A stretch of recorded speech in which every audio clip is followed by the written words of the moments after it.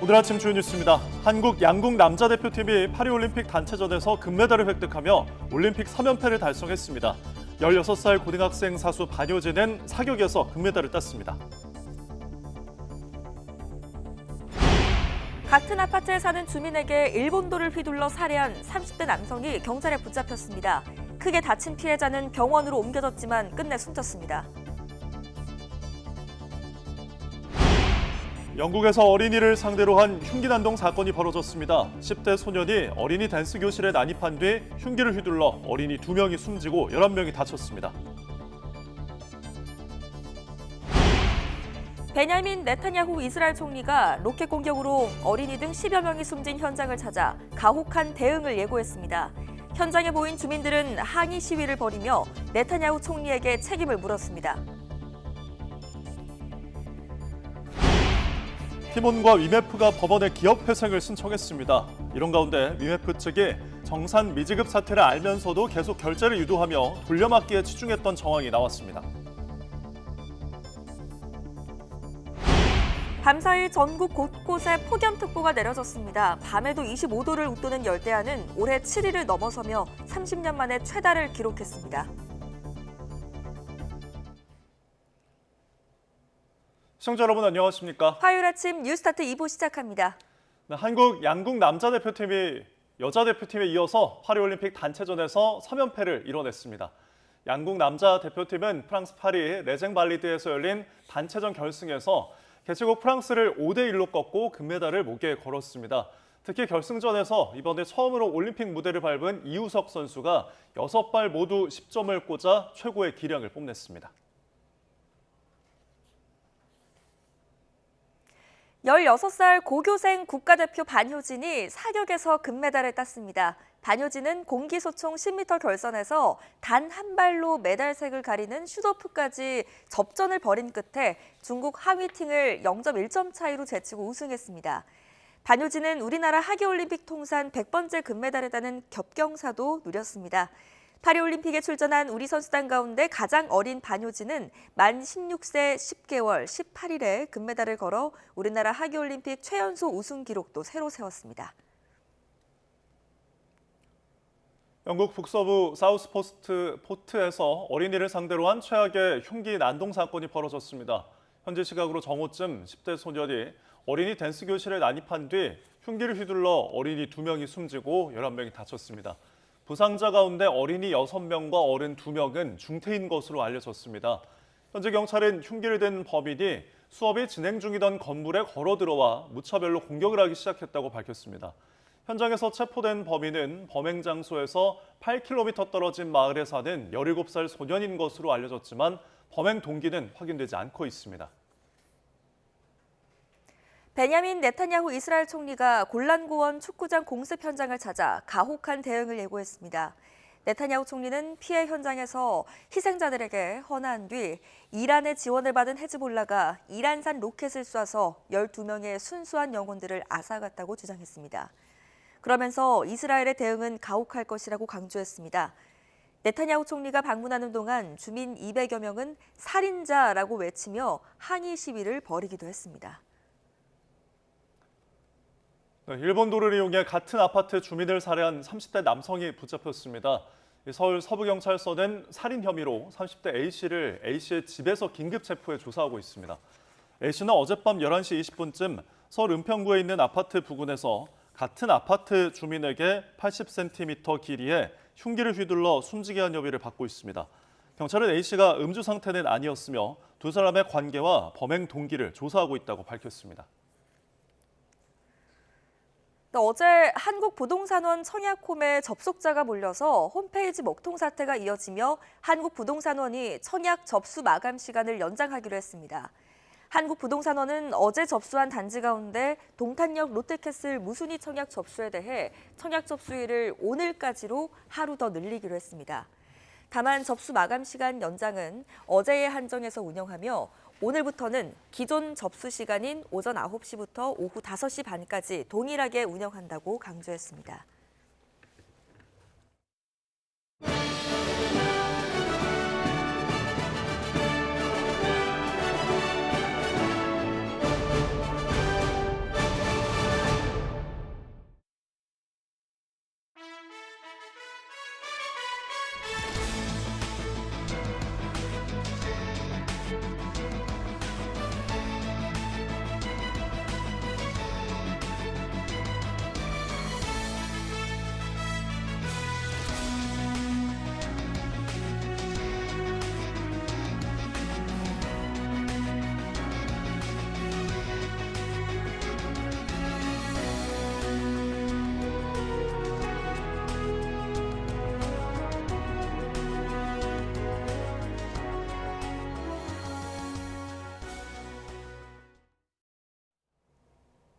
네, 파리에서 기분 좋은 소식이 전해져 왔습니다. 우리나라 양궁 남자 대표팀이 파리올림픽 단체전에서 개최국인 프랑스를 꺾고 금메달을 목에 걸었습니다. 특히 이우석 선수가 결승전에서 모든 화살을 10점에 꽂아 넣으며 완벽한 경기력을 선보였습니다. 백종규 기자입니다. 개최국 프랑스와 맞붙은 양궁 남자 단체전 결승. 단연 돋보인 선수는 바로 이우석이었습니다. 첫 올림픽 출전이라는 부담감 탓에 긴장할 수도 있었지만 이우석의 화살은 흔들리지 않았습니다. 결승전에서 쏜 화살 6발 모두를 10점 관역에 꽂아 넣는 최고의 기량을 뽐냈습니다. 이우석의 활약을 앞세운 우리 대표팀은 홈 관중 응원에 힘입은 프랑스를 세트스코어 5대1로 압도했습니다. 10점을 쏜다는 생각을 안 하고 쏘니까 제가 솔직히 말해서 만점을 쐈다는 것도 모르는 상태였거든요. 그런 만큼 이제 무아지경으로 저는 그 경기에만 집중을 했었기 때문에 좋은 결과로 나타났다고 생각을 합니다.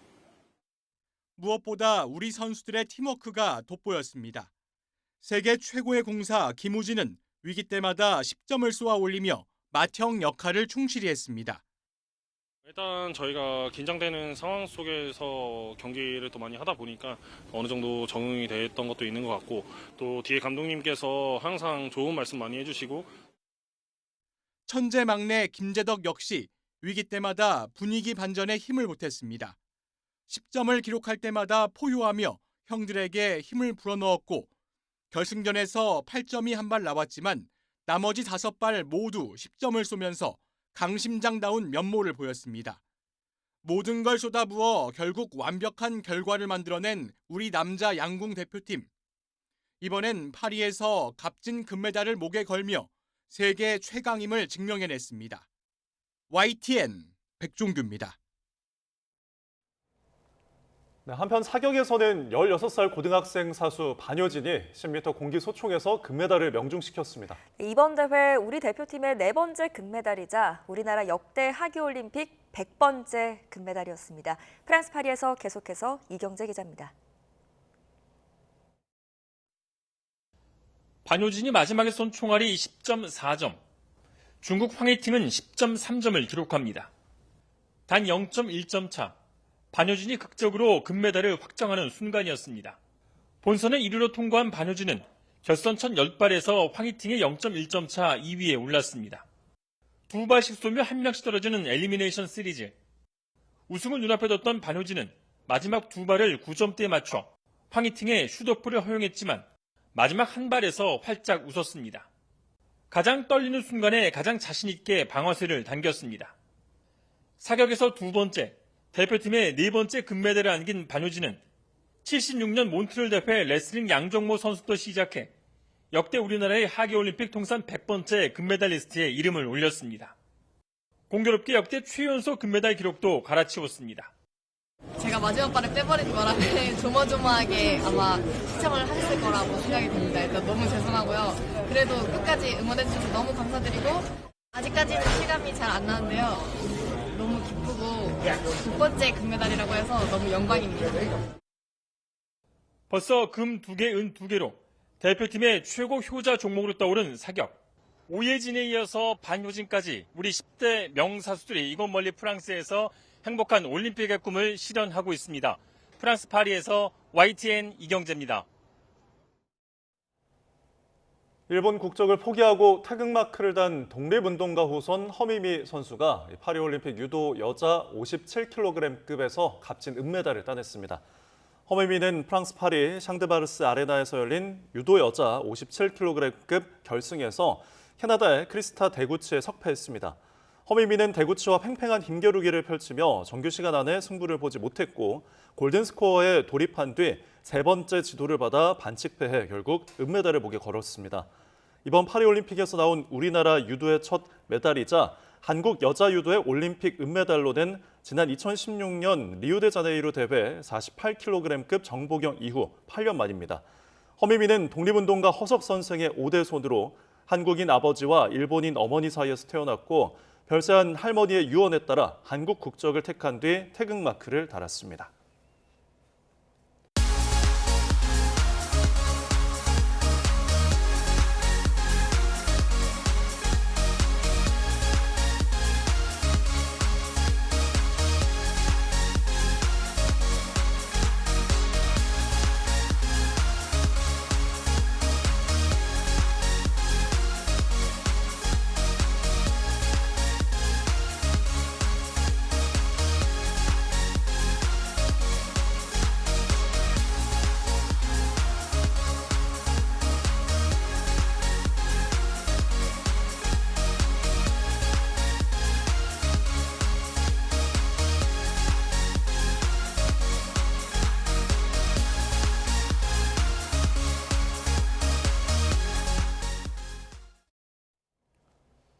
같은 아파트에 사는 주민에게 일본도를 휘두른 30대 남성이 경찰에 붙잡혔습니다. 피해자는 병원으로 옮겨졌지만 끝내 숨졌습니다. 경찰은 정확한 범행 동기를 조사 중입니다. 윤웅성 기자입니다. 아파트 입구에 노란색 경찰 통제선이 쳐졌습니다. 신발 덮개와 장갑을 착용한 과학수사대원들이 증거를 모읍니다. 어젯밤 11시 반쯤 서울 은평구에 있는 아파트에서 30대 남성 A씨가 같은 아파트 주민에게 일본도를 휘둘렀습니다. 범행은 아파트 근처 인도에서부터 주차장 입구까지 이어졌습니다. 크게 다친 40대 남성은 병원으로 옮겨졌지만 끝내 숨졌습니다. 제가 왔을 때는 이제 거의 중률에서 수습 중이었고, 네. 또 경찰한테 물어봤더니 살인 사건이라고 이렇게 얘기를 하더라고요. A씨는 범행 직후 자신의 집으로 달아났다가 1시간쯤 뒤 경찰에 긴급 체포됐습니다. 범행 도구인 일본도는 경찰의 소지 허가를 받은 것으로 파악됐습니다. 경찰은 범행 당시 A씨가 음주나 약물을 복용한 상태는 아니었다고 밝혔습니다. 이들은 같은 아파트 입주민이지만 현재까지 특별한 친분 관계는 확인되지 않았습니다. A씨가 평소 다른 이들과도 종종 갈등을 빚었다는 증언도 나왔습니다. 그 사람이 저희 헬스장 입주민 헬스장에 왔었는데 예전에도 난동을 피웠어요. 걔막 욕하고 코치 괴롭히고 경찰은 두 사람의 관계와 정확한 범행 경위를 조사하고 있습니다. YTN 윤홍성입니다.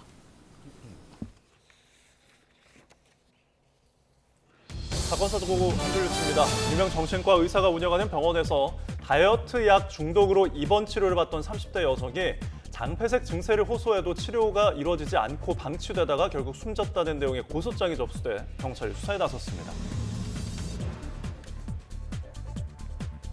강남 한복판에서 경찰의 음주 측정을 거부한 현직 수도권 프로야구 구단의 코치가 경찰에 붙잡혔습니다.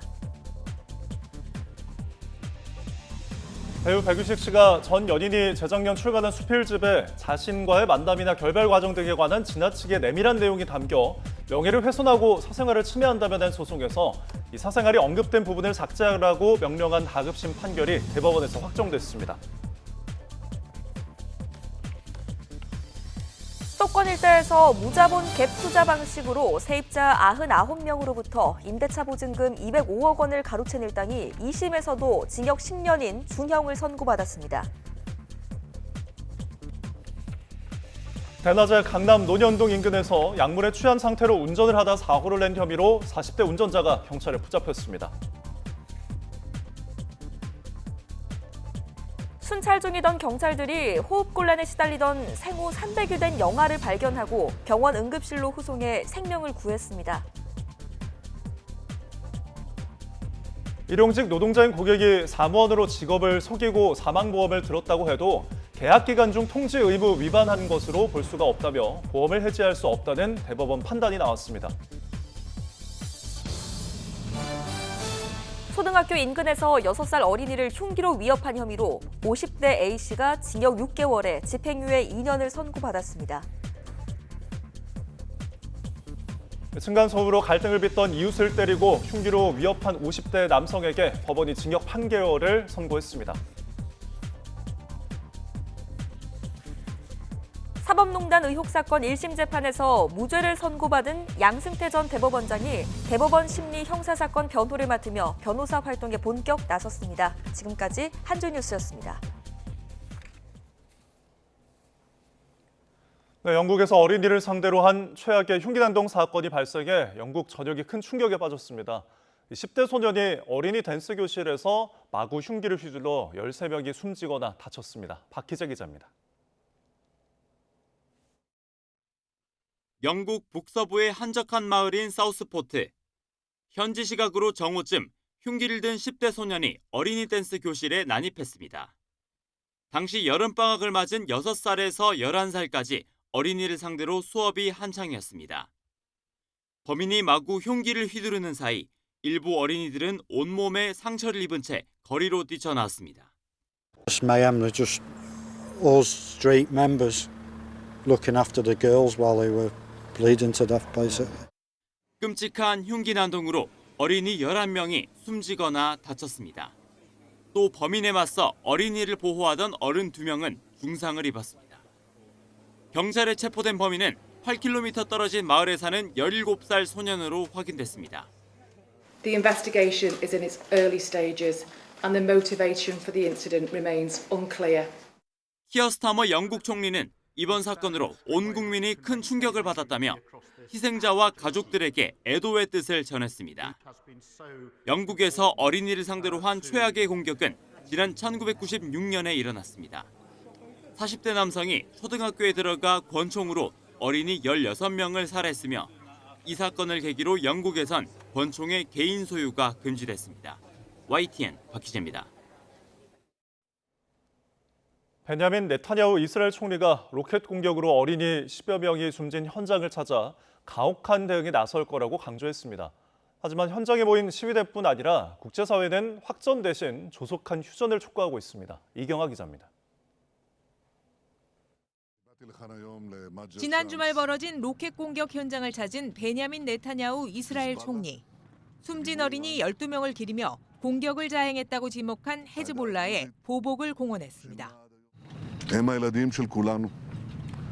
ומדינת ישראל לא תעבור ולא יכולה לעבור על כך לסדר היום. תגובתנו בוא תבוא והיא תהיה קשה. 하지만 현장에 모인 시위대는 네타냐후 총리의 책임을 묻고 있습니다. 민간인 피해가 갈수록 커지고 있지만 휴전 협상은 여전히 이렇다 할 성과를 내지 못하고 있기 때문입니다. הילדים שלנו נלחמים, איפה הילדים שלו? שיגיד, שיסביר, מר ביטחון, עליק ביטחון. 팔레스타인 무장정파 하마스는 네타냐후 총리가 휴전 협상에 새로운 조건을 내밀며 합의를 지연시키고 있다고 주장했습니다. 이스라엘 정부가 사실이 아니라고 반박했지만 국제사회는 이번 사태 이후 중동에서의 확전 가능성을 우려하고 있습니다. beitragen, denn wenn es zu einem Flächenbrand kommt, wenn es zu einem weiteren Krieg in der Region kommt, dann leiden alle Menschen in der Region noch viel mehr. Und genau das müssen wir. 긴장이 이어지는 가운데 이스라엘군 9명이 팔레스타인 수감자 학대 혐의로 구금되는 일도 벌어졌습니다. 피해 수감자는 큰 상처를 입어 병원에 이송됐는데 학대가 여러 건 발생했다는 의혹도 나온 상황입니다. 하지만 이스라엘 정부 강요를 포함한 우익 시위대는 전쟁 영웅을 범죄자 취급한다며 군 헌병대의 수용소 조사에 거칠게 반발했습니다. YTN 이경아입니다. 신원식 국방장관이 미국 대서들 전후로 북한이 핵 도발에 나설 가능성을 우려했습니다. 블룸버그 통신은 한미일 국방장관 회담을 위해 일본을 찾은 신 장관이 인터뷰에서 북한은 결단만 내리면 핵실험이 가능하도록 준비를 마친 상태라며 이같이 말했다고 보도했습니다. 신 장관은 북한이 미국과의 협상력을 높이기 위해 미국 대선을 전후해 핵실험에 나설 가능성을 배제할 수 없다고 말했습니다. 조 바이든 대통령이 공화당 대선 후보인 트럼프 전 대통령을 겨냥해서 대통령의 면책 특권을 제한하고 대법관 종신제를 폐지해야 한다고 밝혔습니다. 바이든 대통령은 워싱턴 포스트 기고문을 통해 누구도 법 위에 설 수 없고 대통령도 재임 중 저지른 범죄에 대해 면책 특권이 없어야 한다며 헌법 개정안 발의를 촉구했습니다. 또 현재 종신제인 연방 대법관 임기와 관련해 대통령이 2년마다 18년 임기의 대법관을 한 명씩 임명하는 제도를 지지한다고 말했습니다. 도널드 트럼프 전 대통령의 피격 사건을 수사하고 있는 미국 연방수사국 FBI가 트럼프 전 대통령을 만나 진술을 듣기로 했습니다. FBI 피츠버그 사무소 책임자인 케빈 로잭은 트럼프 전 대통령이 피해자 인터뷰에 참여하기로 동의했다며 이같이 밝혔습니다. 로잭은 동영상과 사진, 음성 파일 등 2,100건이 넘는 시민 제보를 접수해 조사했다며 이제 트럼프 전 대통령의 관점을 알기를 원한다고 밝혔습니다. 카멀라 해리스 미국 부통령이 대선 후보로 사실상 확정된 가운데 민주당 일각에서 피트 부티지지 교통부 장관을 러닝메이트로 띄우려는 분위기가 감지되고 있습니다. 정치 전문 매체 폴리티코는 전반적으로 가능성이 낮다는 지적에도 일부 정치인들을 비롯해 부티지지 장관 주변에서 그를 부통령 후보로 내세우려는 시도가 이어지고 있다고 전했습니다. 2020년 민주당 대선 경선에 뛰어들어 성소수자 후보로 존재감을 키운 부티지지 장관은 올해 42살로 58살인 해리스와 함께 세대교체 이미지를 한층 부각할 수 있다는 것이 장점으로 꼽히고 있습니다. 네, 전국에 폭염특보가 계속되는 가운데 밤낮 없는 무더위가 기승을 부리고 있습니다. 더위 속 중북부 지역은 오늘도 가끔씩 비가 내리겠는데요. 자세한 날씨 알아보겠습니다. 원희다 캐스터. 네, 기상센터입니다. 네, 아침에도 후텁지근합니다. 지난 밤 사이에도 열대야가 있었던 거죠? 네, 맞습니다. 낮 동안의 열기가 식지 못하고 고스란히 밤더위로 이어지면서 열대야가 나타났습니다. 현재 보시는 것처럼 영동 일부와 제주 산간을 제외하고 폭염특보가 발효 중인데요. 서울은 특보가 경보에서 주의보로 완화되기는 했지만 습도가 높아서 체감하는 더위는 여전하겠습니다. 자세한 지역별 기온 살펴보겠습니다. 현재 서울 기온은 26.3도, 청주 27도를 나타내고 있습니다. 속초는 초열대야가 나타나고 있습니다. 오늘 낮 기온은 어제와 비슷하거나 조금 높겠습니다. 서울 31도, 광주 34도, 대구 36도까지 크게 오르겠습니다. 목이 마르지 않더라도 수분 섭취 자주 해주시고요. 볕이 강한 오후 2시부터 5시 사이에는 되도록 실내에 머무시는 게 좋겠습니다. 네, 더위가 계속되면서 중북부 지역에는 어제 이어 오늘도 비 소식이 있네요. 네, 오늘 경기 북동부와 강원도에는 가끔 비가 오겠습니다. 현재 약하게 비가 내리거나 빗방울이 떨어지는 곳이 있는데요. 이들 지역에는 오후까지 5에서 20mm의 비가 오락가락 이어지겠습니다. 오늘 그 밖의 지역은 구름 사이로 볕이 강하게 내리쬐겠습니다. 다만 오전까지 전남 해안을 중심으로는 가시거리 200m 미만의 짙은 안개가 끼겠습니다. 또 영동 지방에는 초속 15m 안팎의 강한 바람이 불겠습니다. 남은 한 주도 밤에는 열대야가, 낮에는 무더위가 기승을 부리겠고요. 금요일에는 수도권과 영서에 또다시 비가 내릴 전망입니다. 지금까지 기상센터였습니다.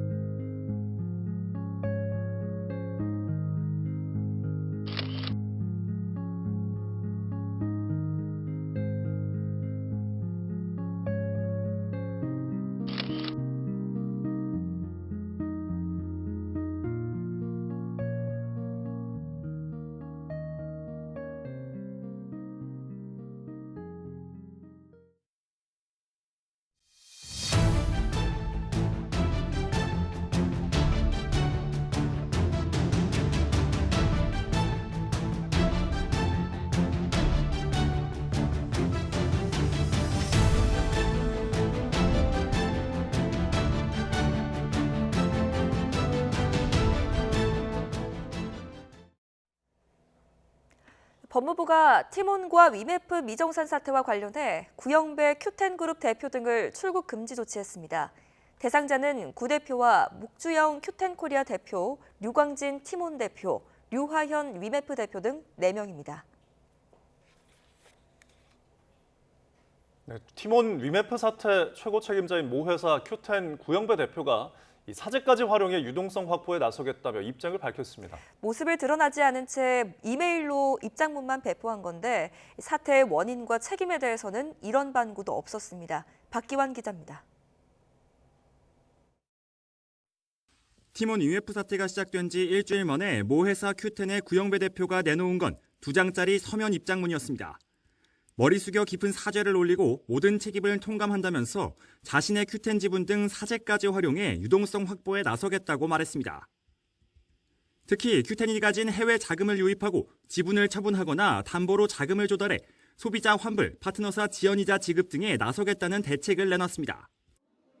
하지만 책임자인 구 대표가 모습을 감춘 사이 피해자들의 분노는 걷잡을 수 없이 이미 커진 상황. 그럴 마음이었다면 이 일이 터지고 나서 그날 바로 저는 얘기했어야 된다고 생각을 해요. 근데 계속 시간만 끌고 그러다 보니까 소비자는 더 악화하고. 정작 사태의 발단으로 지목된 무리한 해외 인수합병 시도에 대해서는 아무런 설명도 없었습니다. 오히려 그동안 존폐기로의 역경도 여러 번 극복해왔다며 한 번 더 높이 도전할 수 있는 기회를 얻고 싶다고 소회를 밝히기도 했습니다. 구 대표는 한국에 체류하고 있는 것으로 알려졌지만 행방은 묘연합니다. 큐텐코리아가 입주한 서울 역삼동 건물의 입주 업체 안내에는 큐텐 이름만 지워져 있습니다. 큐텐은 그대로 있는 건가요? 근데 여기 뭐 이름이 지워져가지고 뭔가 해서. 정부와 기업들이 소비자들과 중소기업의 피해 확산을 막기 위해 분주히 움직인 사이 큐익스프레스 대표직에서 사퇴하며 책임 회피 의혹이 일었던 구영배 대표. 뒤늦게 대책을 내놓고 사과에 나섰지만 피해자들 앞에 나설 진정성은 찾아볼 수 없었습니다. YTN 박견입니다.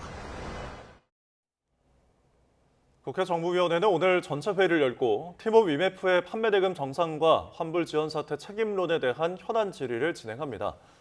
티몬 위메프의 모기업인 큐텐의 구영배 대표와 류광진 티몬 대표, 류화현 위메프 대표 등이 참석 의사를 밝힌 것으로 알려져 출석 여부에 관심이 쏠립니다. 입점업체 판매 대금 정산과 소비자 환불 관련 대규모 지연 사태를 빚고 있는 티몬과 위메프의 모회사 큐텐에 올해만 30억 원 상당의 정부 예산이 지급된 것으로 파악됐습니다. 국회 산업통상자원중소벤처기업위원회 소속 국민의힘 박상웅 의원실에 따르면 중소벤처기업부 산하기관 중소기업유통센터는 소상공인 입점 수수료를 지원한다는 명목으로 올해 예산 1,019억 원 가운데 114억 원을 큐텐 계열사에 편성했습니다.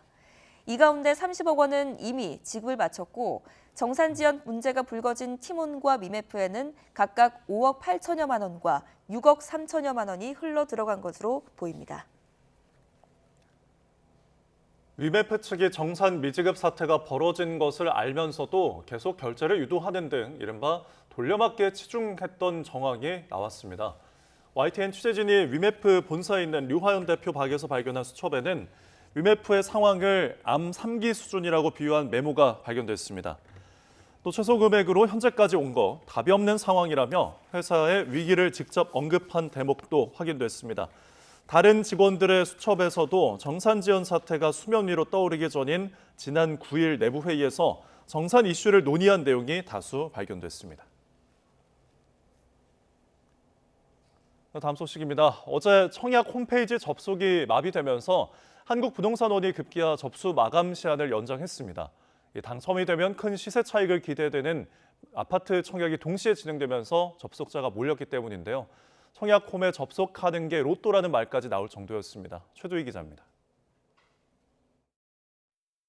한국부동산원의 청약홈 홈페이지가 멈춘 건 주택 청약 신청이 시작되는 오전 9시부터였습니다.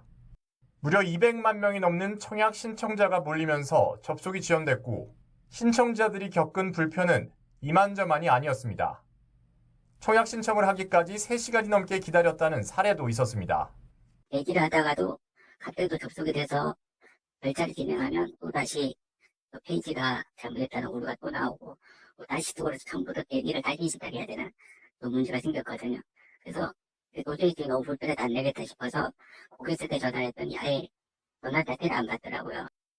한국부동산원은 오후에는 접속 지연 사태가 해소될 것으로 내다봤지만 접속 지연은 오후까지 이어졌고 부동산원은 급기야 청약 접수 마감 시간을 늘리기로 했습니다. 이에 따라 원래 오후 5시 반까지였던 청약홈 접수 마감 시간을 밤 11시까지로 연장했고 동탄역 롯데캐슬 무순위 청약은 이튿날까지 하루 더 접수 기한을 늘리기로 했습니다. 이렇게 접속자가 폭주한 건 서울 반포동 레미안 원펜타스를 비롯해 청약 수요자들의 관심을 받는 수도권 단지 3곳 등 모두 10개 단지가 같은 날 청약 접수를 했기 때문입니다. 특히 시세 차익이 수억 원에서 최대 20억 원에 달하는 이른바 로또 청약이 가능한 단지들의 청약 일정이 몰린 탓이 컸습니다. 실제로 최근 수도권 청약 열기는 뜨거운 상황, 공급 부족 우려까지 번지며 이번 달 수도권 아파트 평균 청약 경쟁률은 100대 1에 육박했는데 인터넷 청약이 도입된 2007년 이후 월간 기준으로는 역대 두 번째로 높은 수치를 기록했습니다. YTN 최두입니다.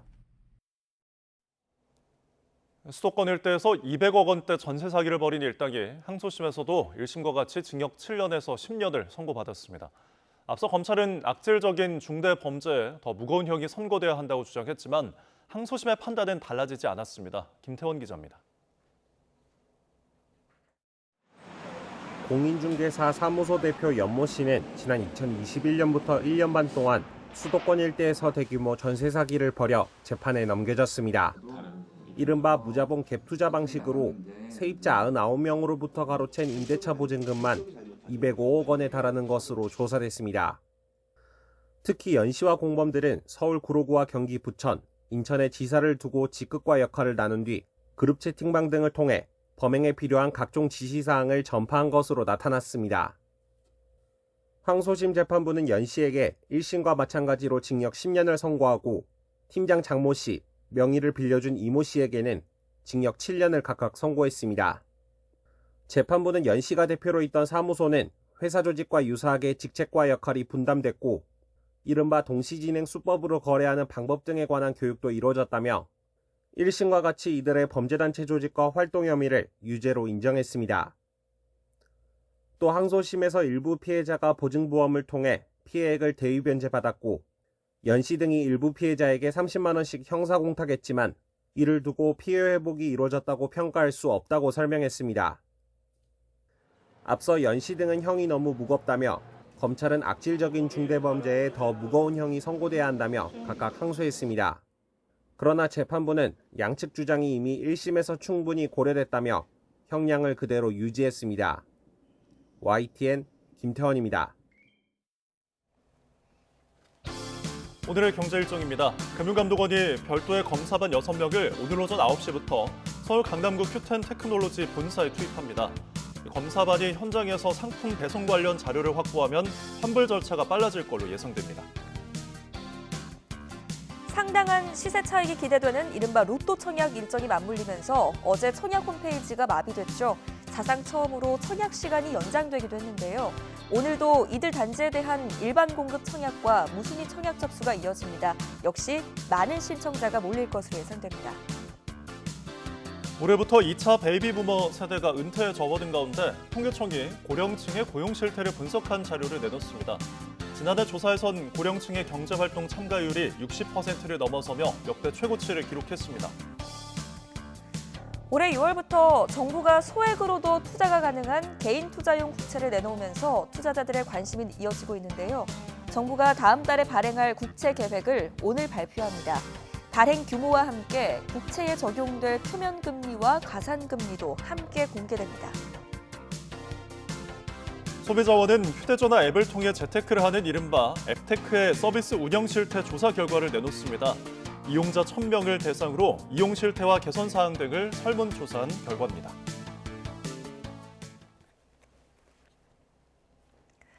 이른바 방송사법을 강행 처리하려는 야당에 맞서 국민의힘이 신청한 필리버스터가 오늘 5박 6일 만에 끝날 전망입니다. 우여곡절 끝에 방송사법이 본회의를 통과하게 되지만 이번 주 이진숙 방통위원장 후보자 검증과 또 다른 당론 법안 처리가 맞물리면서 여야 대치는 계속될 것으로 보입니다. 손효정 기자입니다. 지난 25일 본회의에 방통위법 개정안이 상정된 뒤 방송사법에 대한 무제한 토론 필리버스터는 엿새째 진행되고 있습니다. 24시간마다 필리버스터 강제 종료와 법안 처리가 반복되고 있는데 방송사법 중 마지막 법안인 교육방송공사법, 이른바 EBS법은 오늘 오전 중 본회의를 통과할 전망입니다. 한국교육방송공사법 일부 개정 법률안 대안을 상정합니다. 추경호 의원 등 108인으로부터 무제한 토론 요구서가 제출되었으므로 무제한 토론을 실시하겠습니다. 이로써 5박 6일의 필리버스터 전국이 마무리되지만 여야 모두 무의미한 소모전을 벌였다는 비판도 나옵니다. 여당이 신청한 필리버스터는 일정 시간이 지나면 야당이 강제 종료할 수 있고 야당이 밀어붙인 법안들은 결국 대통령 거부권을 거쳐 폐기될 가능성이 크기 때문입니다. 대신 여야는 장외에서 자신의 행위를 정당화하며 화살을 서로에게 돌렸습니다. MBC를 비롯한 방송을 계속 장악하겠다라는 의도를 그대로 보여주는 것입니다. 대한민국의 방송과 이 언론의 공정성을 지키기 위한 것이다. 그저 권력 유지에만 몰두하고 있는 그 대통령의 그 여당다운 한심한 작태입니다. 대통령부터 대오각성하고 공영방송 탈취 시도를 당장 포기해야 합니다.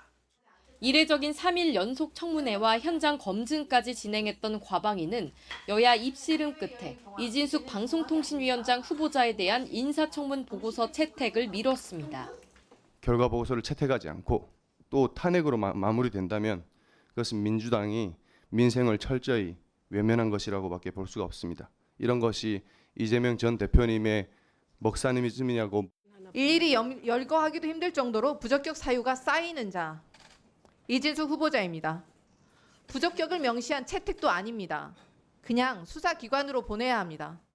청문 절차 시한이 지나 윤석열 대통령이 재차 국회에 청문 보고서 송부를 요청할 것으로 보이는데 여야 이견이 워낙 커 결국 국회 동의 없이 입력을 강행할 거란 관측이 우세합니다. 민생 법안을 둘러싼 여야 갈등도 현재 진행형입니다. 이번 주 목요일 본회의에서 노란봉투법과 민생회복지원금 법안을 강행 처리하겠다는 민주당에 국민의힘은 또다시 필리버스터 맞대응을 검토하고 있습니다. YTN 손효정입니다. 국민의힘 한동훈 대표가 신임 사무총장에 친한계 PK 재선 서범수 의원을 임명했습니다. 비서실장에 이은 두 번째 당직 인선인데 관심이 쏠리는 친윤계 정점식 정책위 의장의 교체 여부를 두고는 고심을 이어가는 모습입니다. 김다은 기자가 취재했습니다. 한동훈 체제 두 번째 인선, 당 재정과 조직 등 살림을 총괄할 사무총장에 PK 재선 서범수 의원의 이름이 불렸습니다. 1호 인선 박정아 비서실장과 마찬가지로 상대적으로 개파색이 옅은 친한계로 분류되는데 한 대표는 변화에 유연한 인물이라고 인선 배경을 설명했습니다. 변화에 대해서 유연하고 그렇지만 어려운 일에 앞장설 수 있는 분. 반면 당 안팎에 관심이 집중되는 정책위 의장은 유임과 교체 카드를 두고 장고가 이어지고 있습니다.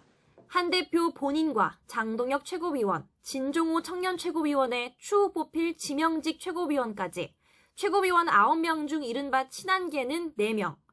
정책위 의장 면면에 따라 우군이 과반이 될 수도 친윤이 과반이 될 수도 있는 겁니다.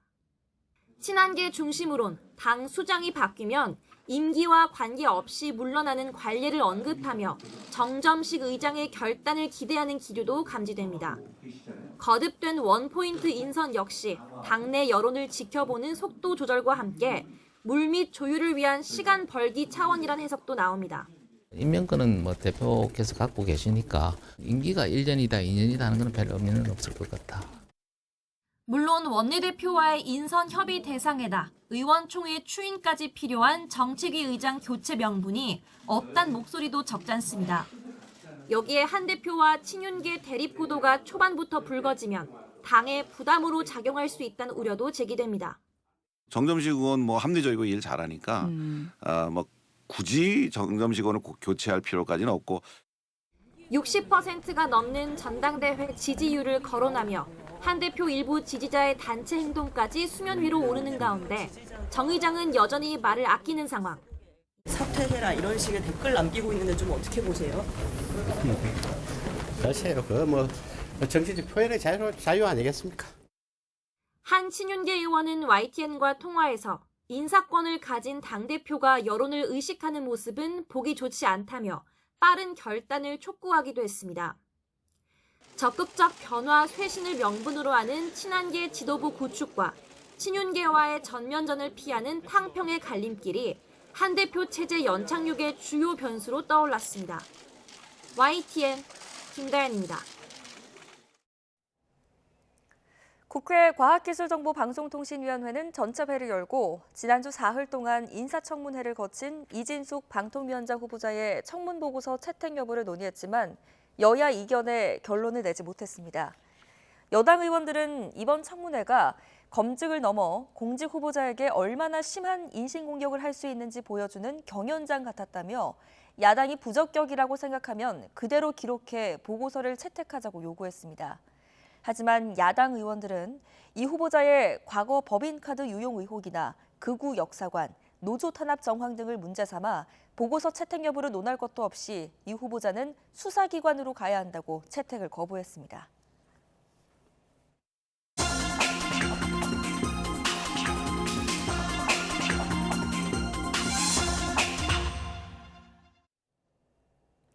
오늘의 글로벌 픽입니다.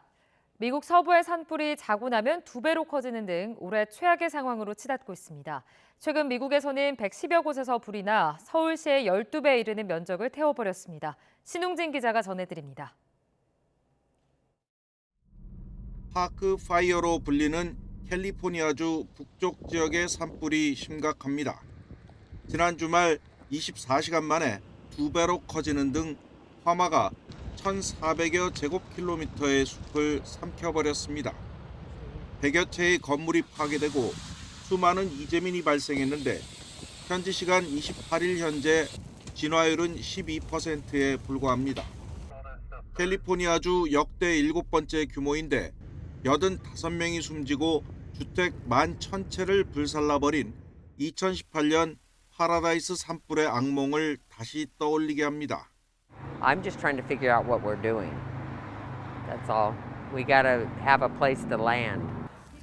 캘리포니아주 남부의 세쿼이어 국립공원과 오레곤주 동부와 아이다호주 동부 등에서도 불길이 잡히지 않고 있습니다. 미국에서는 최근 110여 곳에서 화재가 발생해 7,250제곱킬로미터, 남한 면적의 7%가량이 소실됐습니다. 지구온난화로 인한 이상고온과 건조한 날씨 때문에 산불이 끊이지 않고 있습니다. 그나마 캘리포니아 북부에는 앞으로 며칠간 낮은 기온과 습한 날씨가 예고돼 불길을 잡는 데 도움이 될 것으로 기대됩니다. A lot of our crews are what's doing called prepping, basically getting out ahead of the fire, finding those structures, communities, making sure those areas are more survivable should the fire go through. 100년 만에 최악의 화재를 겪은 캐나다 로키 산맥의 제스퍼는 도시의 3분의 1이 잿더미로 변한 가운데 국립공원 산불은 여전히 통제 불능인 상황입니다. YTN 신홍진입니다. 러시아 남부에서 달리던 열차가 화물 트럭과 충돌하면서 탈선해 최소한 140여 명이 다쳤습니다. 러시아 철도 당국은 남부 볼고그라드의 철도 건널목에서 시속 40km의 속도로 달리던 열차가 트럭과 충돌해 객차 9량이 탈선했다고 밝혔습니다. 이 사고로 140명 정도가 타박상 등을 입었고 15명은 병원으로 옮겨져 치료를 받는 것으로 전해졌습니다. 필리핀 앞바다에서 침몰한 유조선에서 유출된 기름이 확산하면서 환경 오염 우려가 커지고 있습니다. 외신들은 현지 시간 지난 25일 침몰한 필리핀 선적 유조선 MT 테라노바호에서 유출된 기름이 해안까지 도달했다고 보도했는데요. 악천후 때문에 해양 당국이 방제 작업에 어려움을 겪는 가운데 유출된 기름이 마닐라 북쪽 불라칸주 하고노이 지역 해안에서 처음 발견됐습니다. 미국의 대표 패스트푸드 체인인 맥도날드의 2분기 매출이 팬데믹 이후 처음으로 감소한 것으로 나타났습니다. 맥도날드가 발표한 실적을 보면 올해 4월에서 6월 글로벌 판매 실적이 지난해 같은 기간보다 1% 감소해 2000년 4분기 이후 3년 반 만에 처음으로 매출 감소를 기록했습니다. 미국에서는 최근 1년간 패스트푸드 체인들이 잇따라 가격을 올리자 소비자들이 발길을 돌리기 시작해 최근 각종 할인 이벤트를 시행하고 있습니다. 우주 비행사들이 국제우주정거장에서 파리올림픽 개막을 축하했습니다. 미 항공우주국 나사가 공개한 영상을 보면 우주정거장에 탑승한 우주 비행사 6명은 무중력 상태에서 가짜 성화를 봉송합니다. 또 역도와 원반 던지기, 포환 던지기, 기계 체조 등 올림픽 종목을 연상시키는 동작도 선보이는데요. 나사 우주 비행사 매튜 도미닉은 마지막 장면에서 올림픽에 참가하는 선수들 모두에게 행운을 빌었습니다. 고대 로마인들이 건설한 이탈리아의 아피아 가도가 유네스코의 세계유산에 등재됐습니다. 이에 따라 이탈리아는 단일 국가로는 가장 많은 60개의 세계유산을 보유하게 됐습니다. 지금까지 글로벌 픽이었습니다.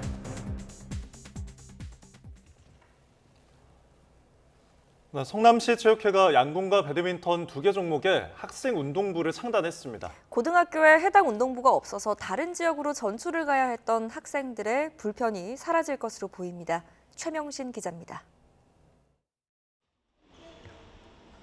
체육관이 셔틀콕 열기로 뜨겁습니다. 성남시청 직장운동부 소속 배드민턴 선수들이 학생들을 상대로 맨투맨 맞춤형 지도에 한창입니다. 구슬땀을 쏟고 있는 이들은 모두 성남 지역 배드민턴 꿈나무들입니다. 학교 끝나고 나서는 한 3-4시간 정도 하고요. 이제 이번에 방학을 하게 돼서 한 6시간 정도 운동을 계속하고 있습니다. 그동안 성남 지역 고등학교엔 배드민턴 운동부가 없어 운동을 계속하려면 다른 지역으로 전출을 가야만 했습니다. 그런데 성남시 체육회가 학생 운동부를 창단하면서 이런 걱정을 덜게 됐습니다. 지도자가 체계적으로 훈련을 지원하고 재학 중인 학교와 관계없이 클럽 형태로 운영됩니다. 배드민턴 외에도 양궁 선수단도 함께 꾸려졌습니다. 집이랑 가까운 곳에서 훈련할 수 있다는 게 가장 좋은 것 같아요. 성남시는 훈련비와 대출전비 등을 지원할 예정인데 지자체가 산하체육회의 학생 운동부를 지원하기는 전국에서 처음입니다. 학생들이 이제 안정적인 조건에서 운동을 해서 아주 기량을 마음껏 키워나가고 또 우리 국가 대표 선수로까지 발전해 나가는데 큰 밑거름이 되는 그런 뜻깊은 출범식이라고 생각이 듭니다. 성남시는 펜싱, 하키, 복싱 등 10개 종목 110여 명의 선수단이 포진해 있는 성남시청 직장운동부와 연계해 학생운동부 종목을 확대하는 방안도 검토하기로 했습니다.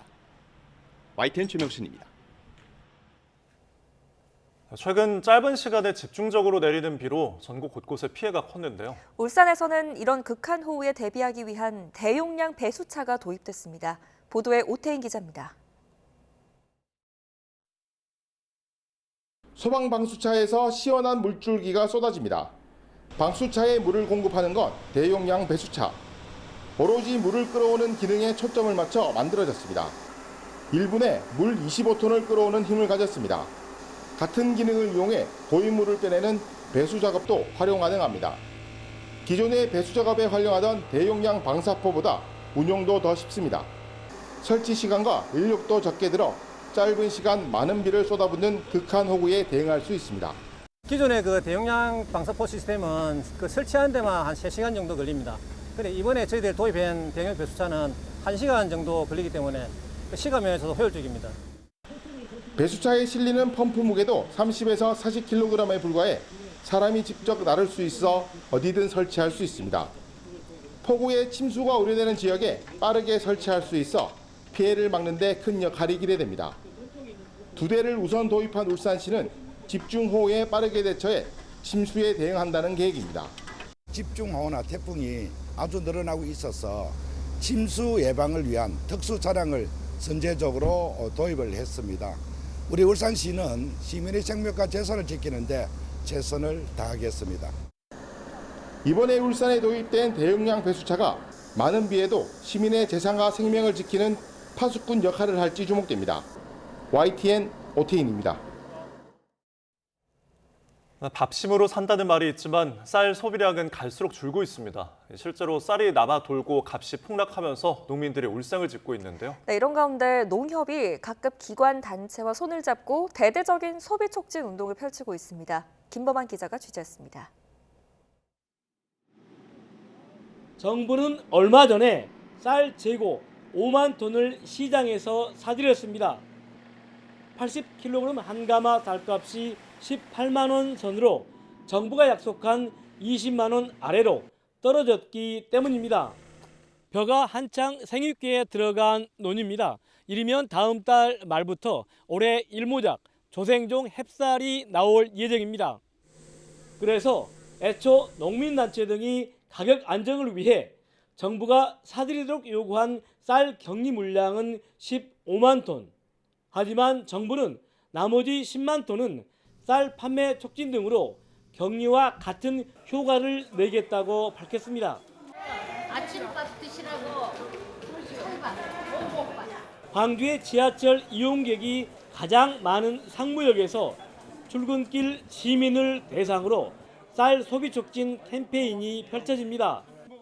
홍보 전담과 함께 주먹밥과 쌀 음료도 나눠줍니다. 인건비, 생산비, 올라가고 쌀값은 하락되기 때문에 농협과 같이 아침밥 먹기, 쌀 소비 촉진을 홍보하고 있습니다.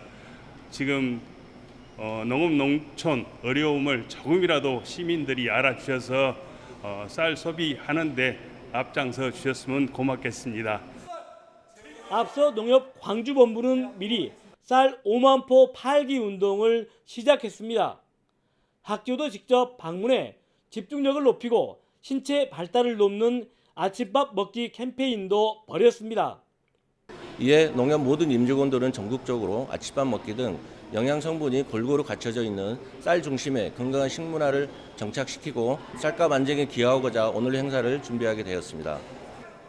밥 먹는 양이 갈수록 줄고 있는 가운데 가공품 개발 등으로 남아도는 쌀 소비를 늘려 쌀값을 안정시키려는 노력이 전국적으로 이어지고 있습니다. YTN 김범환입니다. 논란 끝에 취임한 홍명보 축구대표팀 감독이 한국 축구를 위해 마지막 소임을 다하겠다며 거듭 축구팬에게 사과했습니다. 10년 전 브라질 월드컵을 스스로 실패로 규정하고 지금은 그때와 다르다고 강조했습니다. 조은지 기자입니다. 사령탑 내정 이후 22일 만에 열린 취임 기자회견. 홍명보 감독은 90도 사과 인사로 시작했습니다. 팬에게 상처와 실망을 드려 죄송하다. 한국 축구를 위해 앞만 보고 나아가겠다고 말했습니다. 실망하신 팬들에게 용서받는 방법은 제가 제 자리에서 대한민국 축구 대표팀 성장과 발전을 이끄는 길뿐이라고 생각합니다. 10년 전 사퇴 회견 때도 종이 한 장 들지 않았던 홍 감독은 A4 용지 8장에 빼곡하게 써온 취임사를 11분 동안 꼭꼭 씹어 읽었습니다. 다양한 대표팀 지도 경험과 협회 행정 일, K리그 감독까지 그동안의 경험을 언급하면서 홍 감독은 개인 욕심이 아니라 한국 축구 발전을 위해 마지막 소임을 다하겠다고 강조했습니다. 또 앞으로 대표팀에 존중과 대화, 책임, 헌신이라는 3가지 정신을 심겠다고도 밝혔습니다. 홍 감독은 유례 없이 훌륭한 선수가 가득한 지금 주장 손흥민을 중심으로 월드컵 16강 이상을 목표로 삼겠다고 말했습니다. 성적으로 표현되는 결과와 한국 축구만의 확고한 방향과 체계의 확립이라는 과정, 두 마리 토끼를 모두 잡아야 합니다. 저는 그 성공을 위해 제가 가진 모든 것을 쏟아낼 것입니다.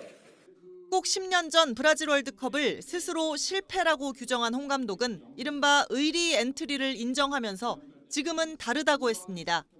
아는 선수들만 뽑아서 쓰는 인맥 축구니 그런 얘기도 들었었고 하지만 다 그거는 인정을 합니다. 이름값은 없지만 그래도 팀을 이끌어가고 정말 팀에 도움이 되고 헌신이 되는 선수들을 잘 몰랐어요. 홍 감독은 전술과 피지컬 부분을 담당할 유럽 코치 2명을 포함해 코칭 스태프 구성도 마무리 단계라고 설명했습니다. 플래시가 쉼없이 터진 언뜻 청문회 같았던 취임 회견이지만 홍 감독은 10년 전 출발된 기대와 박수뿐이었다며 겸손하고 겸허하게 팀을 이끌겠다고 강조했습니다. YTN 조은지입니다. 네, 뉴스타트 3부 잠시 후에 이어집니다.